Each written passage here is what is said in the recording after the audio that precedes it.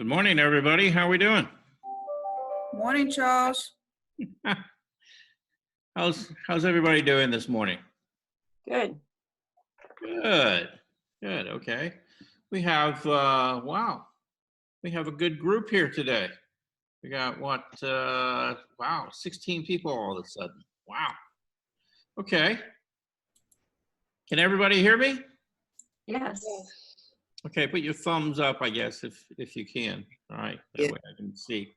All right, I'm gonna mute everyone, okay? And I'm gonna go over some things that some of you folks had sent me. And, as we go through them, if you see your piece, then I'm gonna ask you to talk a little bit about it and what you've been doing, okay? And, so we'll start with that. Let's see, hit the screen share. And right there we are.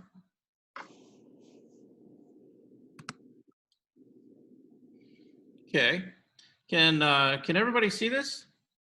Yes. Yes. Okay, all right. So this first image is by Christine, is it Christina Ferguson? Christina, are you here with us? Yes. I'm Okay. here. Yeah, so tell us a little bit about what you were doing with this.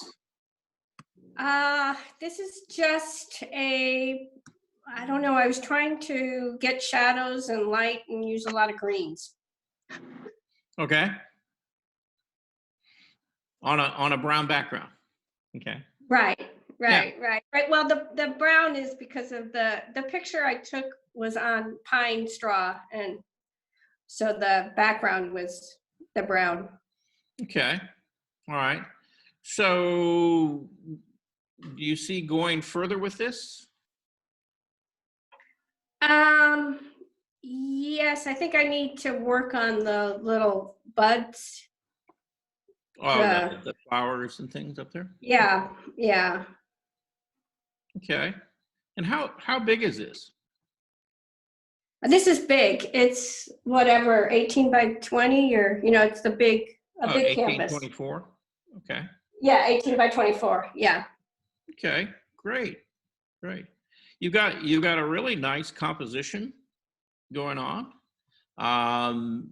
Your focal point now, right now, where my eye seems to go is really in the upper 1/3 of the canvas. That seems to be where my eye gets drawn to, up where the highlights are on the leaves and close to the flowers and things. Was that sort of your intention? Yes, and that's why I want to improve the little buds, because that's where my eye goes to too. All right. Yeah. That seems to kind of naturally be where everything gravitates to. One thing I would say is look at, on some sections of these leaves, maybe change the color slightly. A little warmer, maybe a little lighter, get a little more variety in the color on these leaves. And that will certainly make the painting more lively, but it will also give you more contrast between warmer and cooler temperatures. All right.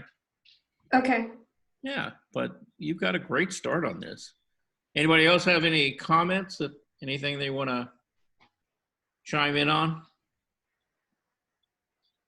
Yeah, I think it looks really great. It does, yeah. I agree. Okay.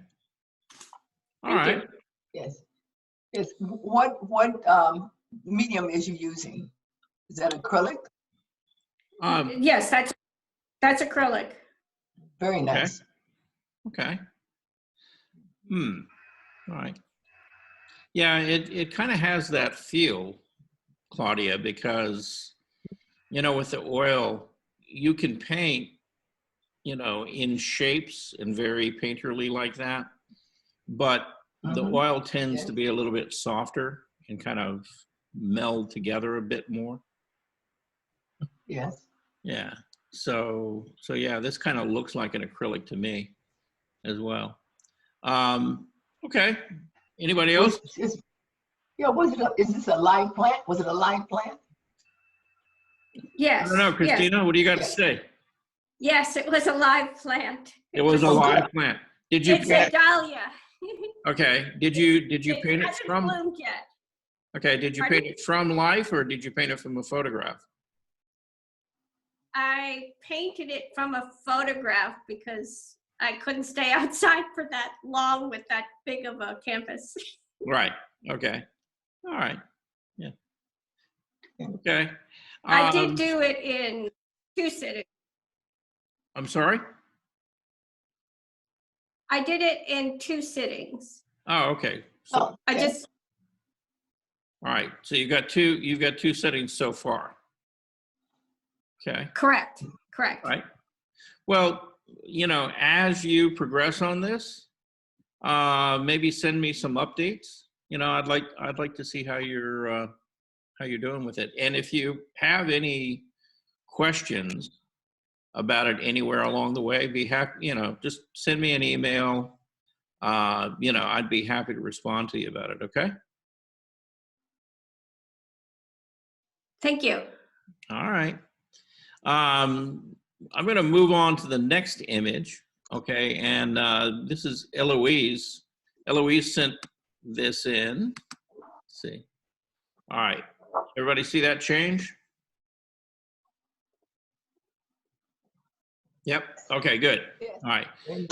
So my understanding is this was I think it's an oil painting. And she painted this from a photograph of somewhere. She had gone on a trip, and I think she said it was Italy. Eloise, are you here? Let's see.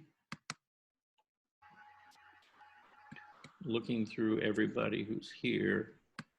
Yeah, I don't see her here. Okay. All right. We'll come back to that if she joins us. Okay. John, can you hear me? Yes, Okay. I've got a couple of paintings by you that you had sent me. Now, these were your watercolors, right? correct, watercolors. Okay. And so you sent me a landscape, a portrait, well, actually a couple of landscapes and a portrait. And Yeah, trying to find myself. I understand. Yes. Okay. Now, when you say that you're trying to find yourself, talk about that a little bit more. What does that mean to you? I'm not sure what kind of subject matter I really want to concentrate on. Yeah. I have fun doing all of them. As I initially said, I just first started using watercolors in the last class with Mary, and that piqued my interest. So, and I seem to have some results that look like a picture. Okay. And so I've had fun doing the landscapes, but I'm having issues with that on depth and composition, I think, as far as the landscapes. I tried the portraits, and I had a little bit of fun with that, using the different shades and things like that. And then I've done some very loose stuff with butterflies and birds and things like that as well. So Right. I'm not sure what kind of subject matter I want to concentrate on. I've had fun with all of them. Okay. I'm gonna just flip through some of the things that you sent me. Okay. So Okay. that people can see them, and because I got 6 different paintings here from you.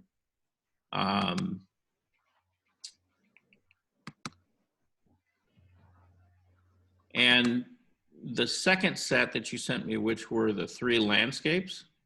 Yes. Yeah, I mean, from the first set that you sent me, these are greatly improved. They seem, you seem to be getting a handle of the media a little bit better. Okay.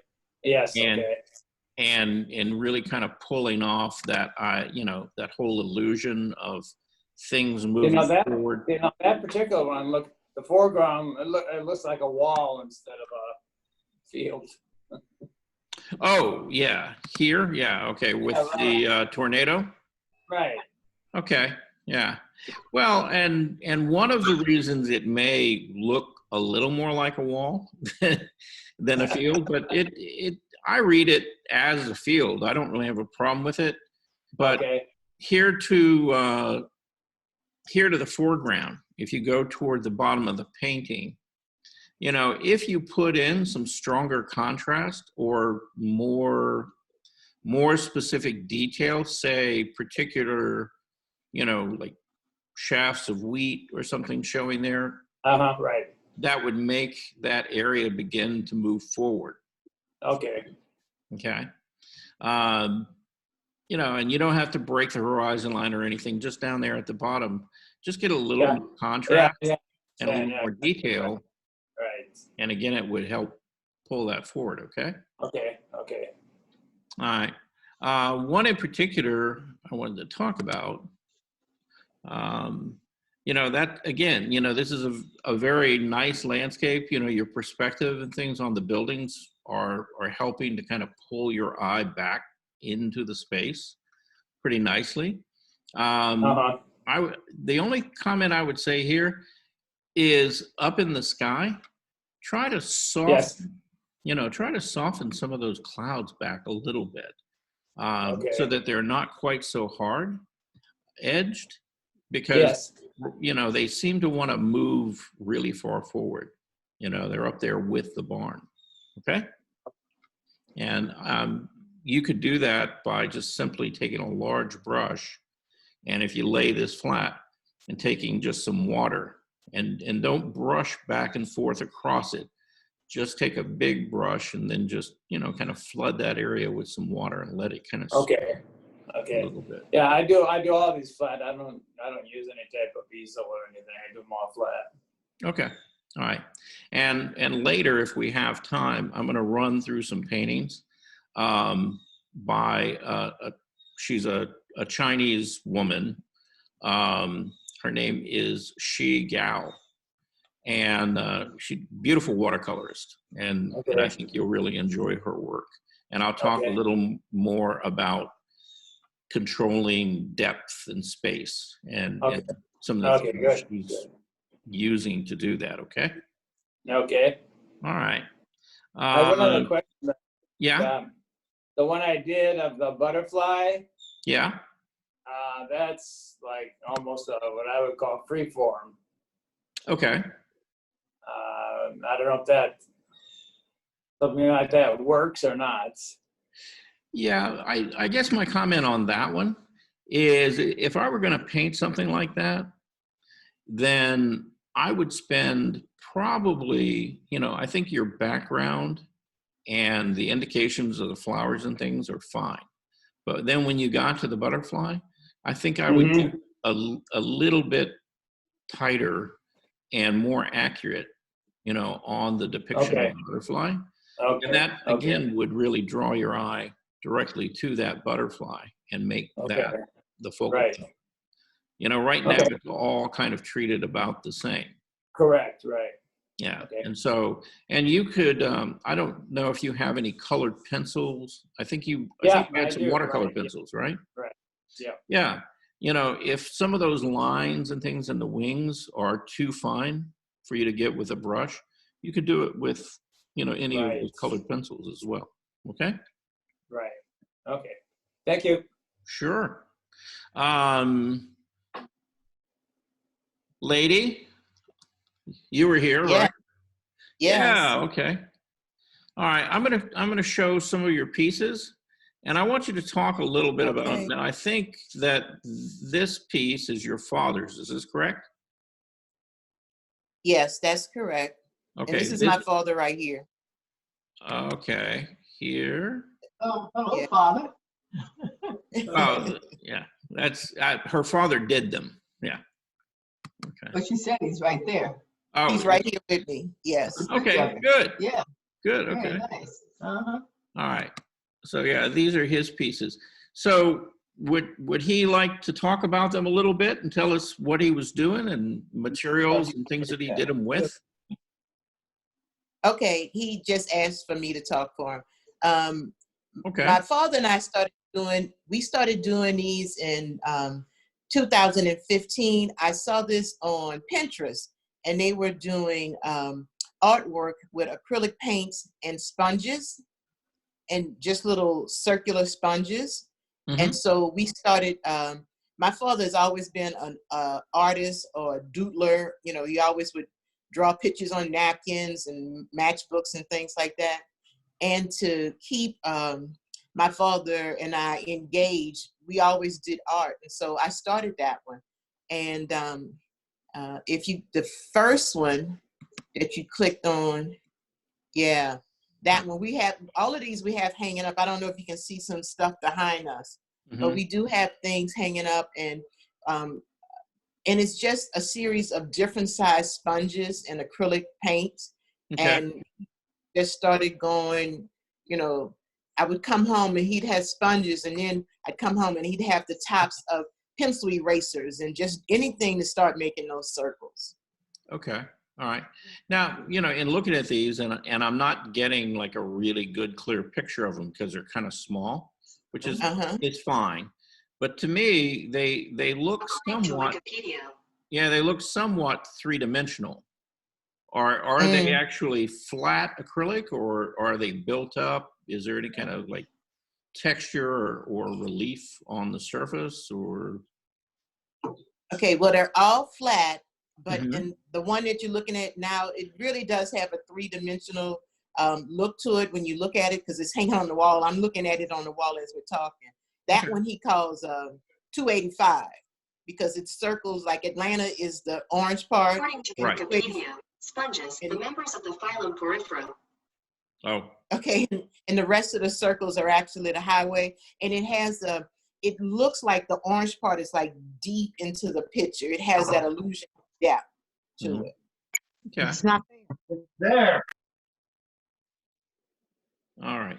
I'm going to ask that everybody mute themselves if they're not talking, please. Okay.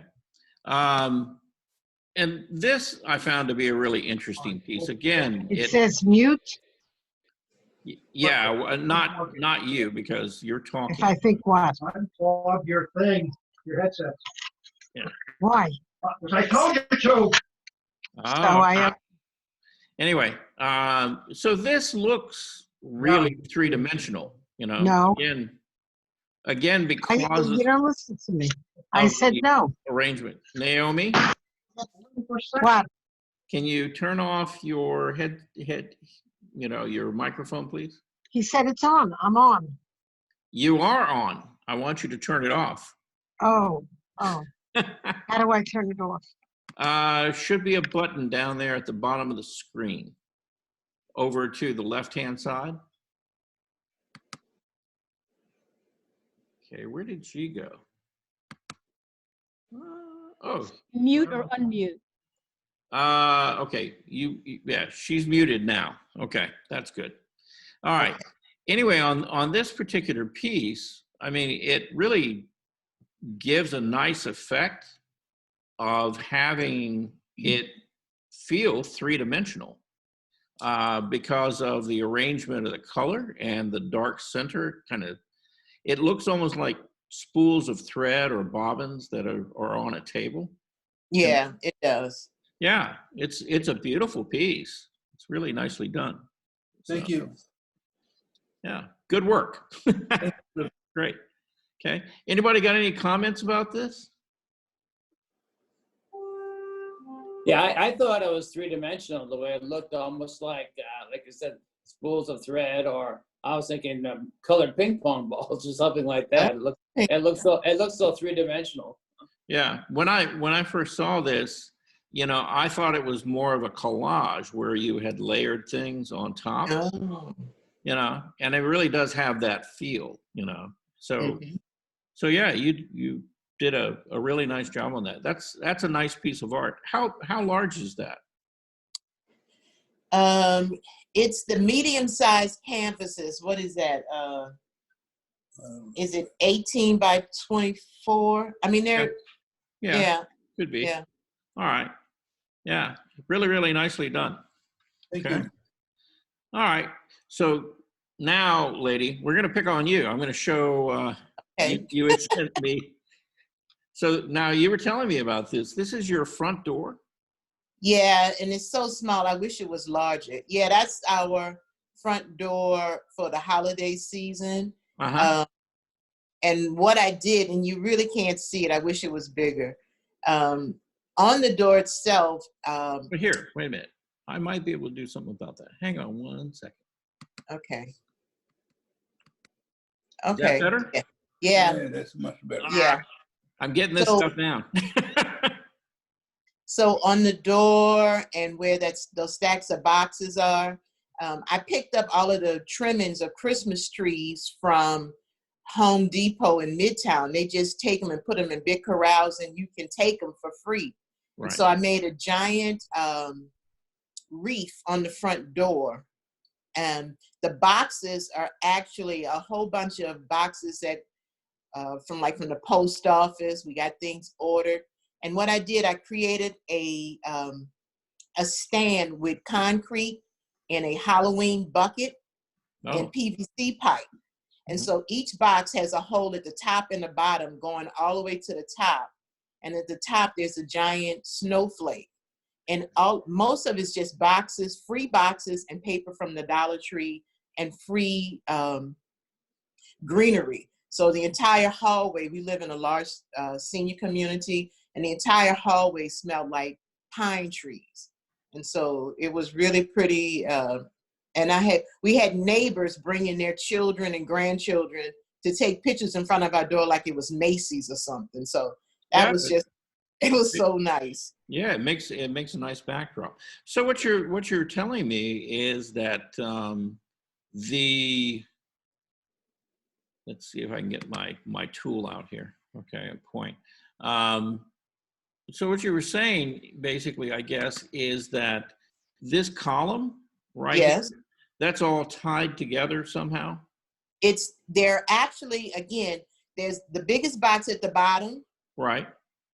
Right here. Inside of that box, there is a concrete block. Okay, to weigh it down. It's PVC pipe going straight up the middle. Okay. Each box has a hole at the bottom and the top. So So I the cut PVC thread pipe it can go on. through it. Yes. Okay. And at Well, the that- very top, there's the snowflake. It has a large stick on it, and it's at the top of the PVC pipe. Yeah. Well, that stops anybody from running away with your beautiful packages. Yeah, that was my intention. Yeah, you got to pick up the whole thing. Yeah, that was really nicely done. Thank you. Yeah, that's really nice. And then you sent me this piece as well. And Yeah. here, I'll bring that up. And so again, is that on your front door? Yes, that's on the front door. During the holiday season, again, on YouTube and Pinterest, they were doing what's called diva heads. Okay. And so I love artwork that has that's all blackface. You can't see the features Mm-hmm. of it, and when you look at it, you can imagine whoever you want. And so when I saw those diva heads, it just hit me. I said, those are my favorite artwork. Actually, the silhouette, so you can see the outline of who those people are. And so what the face is made out of a black poster board and cork board, which I hand cut all the details out. And I Okay. kind of did a Nefertiti style with the flowers. So there are flowers and butterflies and dragonflies, which you really can't see. I did a head wrap, and around the neck is like Mardi Gras beads. Oh, And so I hang those on my door, and I do them for the people in the community. I always have something new on the door because I just like being creative. Okay. Yeah. It's a beautiful job. And yeah, when I saw this, I didn't know. I mean, the flowers to me looked like they were three-dimensional, actual flowers. They I are. wasn't- They're Yeah, I silk wasn't flowers. sure whether you had painted the scarf and the necklace and things or not. But Okay. No, so- everything, there's nothing painted on there. So Mm. those are silk flowers. It's just lots of silk flowers punched into the cork board. Mhm. And I just hot glued them. And there's actually like a cooling rack to give it some depth. So it kind of sticks out from the door. Okay. All right. Well, they have a name for this type of art. It's called an assemblage. Mm. Okay. So in future reference, if you want to refer to it, you can refer to it as an assemblage because that's what it is. Well, Okay. Oh, okay. Thank you. You know, a collage is where you're working generally on a flat or a what you would call a low relief surface, Mhm. and you know, pasting things or or painting or whatever on these different layers. An assemblage is where you find objects, actual three-dimensional objects, and you put them together. Oh. And if, like the piece at your front door, Mhm. they would refer to that as an installation. Oh, yes. Okay. Okay.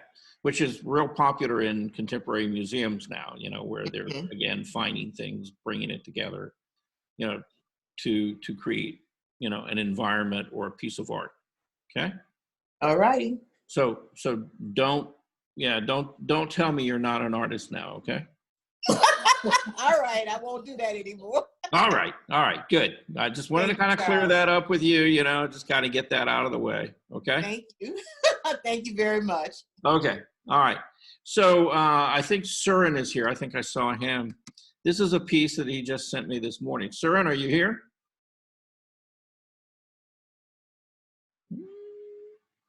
Where is he? Maybe he's having trouble unmuting himself. I don't see him on here. Okay. All right. Well, I'll tell you what. I'll save this for later when he's here. Okay. And we'll move on to somebody who I know is here because I just saw her. This is a piece by Veronica Jackson. And we saw this last week as she was getting up and moving around the room. So this week she actually sent us a picture that was kind of nice of her. Okay, so Veronica, have you done any more on this piece since we last spoke? No, I just let it kind of dry and settle in. Okay. All right. Wanted to work on the beach. That's my goal this week. Okay. And the ocean coming to the beach, I guess, for depth. Mm-hmm. Yeah.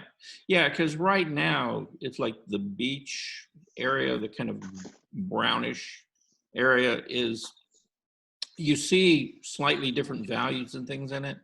So it doesn't feel flat, but it also doesn't really seem to move that far forward right now.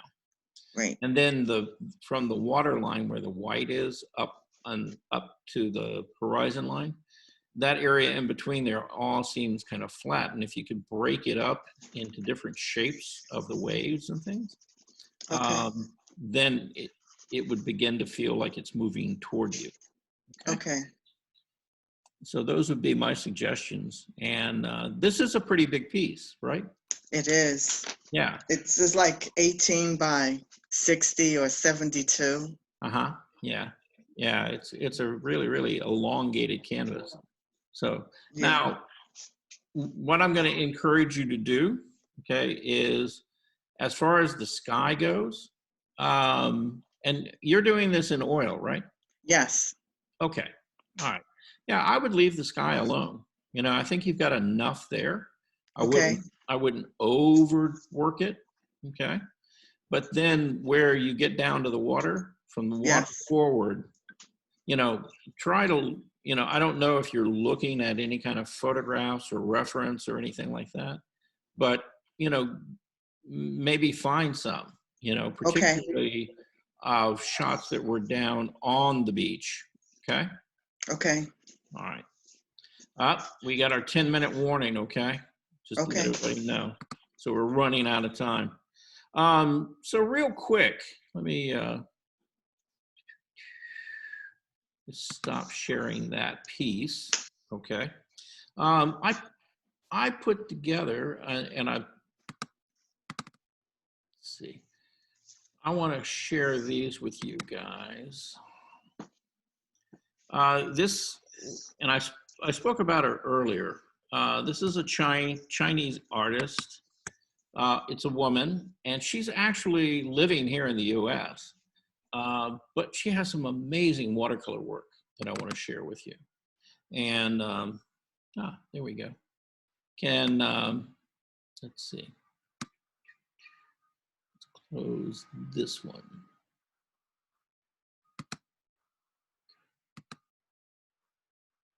Go to the screen share.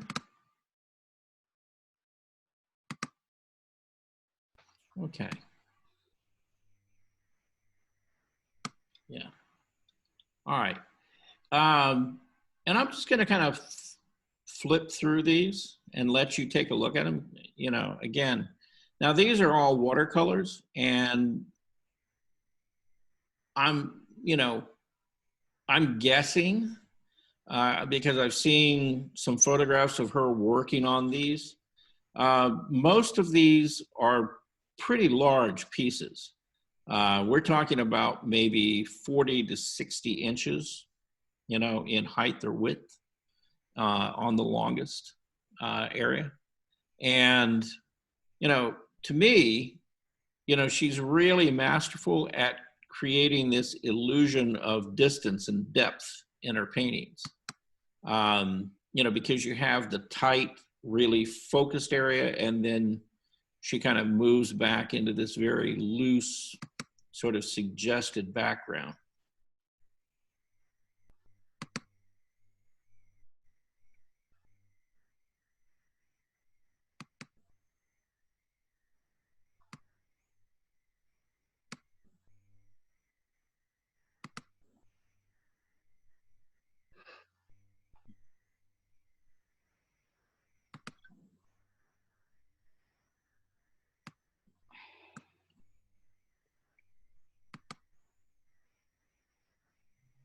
Now, some people might refer to this as being like photoreal, okay? But the fact is, yeah, it's not. You know, it's very representational, it's very realistic, but she uses a lot of very painterly devices as far as keeping areas very tightly focused, and then areas that are very loose and very just suggested and just barely there. You know what they are. There's her watercolor trays and her setup. So, you know, she's using some very simple materials, you know. And the nice thing about watercolor is you can be fairly messy with it. And if you drip it on the floor or something like that, it's easy to clean up. And it doesn't generally stain things permanently. So if you get it in your clothes, you can wash it out, stuff like that. This I thought was an incredible piece. Just because, you know, in looking at some of these areas, how she blurs and really softens things, and then she keeps other areas extremely tight. So she takes your eye to exactly where she wants you to go, okay, with the use of those hard and soft edges. And that's something that, you know, many painters tend to overlook, you know, and not really think about a lot. But, you know, if you were trying to paint, like, for example, John, you were painting the butterfly. And if you could imagine that painting of the butterfly with the butterfly as tight as these leaves, right? And yes. Then the background as soft, you know, like some of the stems of the plant and stuff, really this soft, you know, that would make that a very different painting, okay? You know, does she work from photographs? I'm pretty sure she probably does, yeah. Yeah, that would be my guess. But, you know, I also think that she probably does an awful lot of life painting and observation as well, because she's got a very, very keen sense of, you know, nature and light and what and how light reacts on surfaces. So I would say she probably does a fair amount of life painting as well. She's not just. They really are fantastic. Yeah, I mean, you know, there's some incredible stuff, particularly like this first one. Amazing, amazing. Yeah, and the thing is, you know, the way that she crops in and composes things, like, you know, I don't know whether anybody's picked it up, but down at the bottom of the canvas here, there's this V shape, right? Well, if you think about that, what that is, that's actually a pine needle that's fallen and stuck across, you know, those branches there. Wow. You know, and so, you know, I mean, she's got an incredible eye for detail. But if you think about that, you know, how small of an area that actually was, and you know, to be able to look at that and go, okay, I'm going to make a painting out of that. You know, again, you know, she's looking at some very small areas and she's making these very large paintings of them. So she really is, it's almost like using a microscope, you know, going in and looking at different aspects of nature, and particularly light and surfaces. Another thing I want to point out too is here, like with this branch, if you look up in this particular area, which I don't know if you can see the cursor or not, but in the upper right-hand area where the red berries are and above, that stem seems to have a lot of detail, you know, particularly with the change in color and value as it moves around the form of the stem or the branch. And then as you move back down that branch, notice that it gets softer and very blurry. And by the time it gets down toward the bottom third of the painting, it's very soft. And that tells you that, you know, the upper part is moving towards you and the lower part of the painting, it's further away from you. So again, she's really playing with that focus and focusing in on things that are, you know, really close in the foreground and softening everything in the middle and back. Okay? What's her name? Zhi Gao. And, you know, it's a Chinese name, so it's never spelled the way right. they actually say it, but it's X-I, that's her first name, and then Gao, G-U-O. Okay. There is only one word to say about it. Wow. Yeah, wow. I know. Yeah, that was my reaction. Especially that it's watercolor, how can you get to these little details? Well, again, you know, this piece right here, my guess is that it's a good 60 inches tall and probably like 24 to 30 inches wide.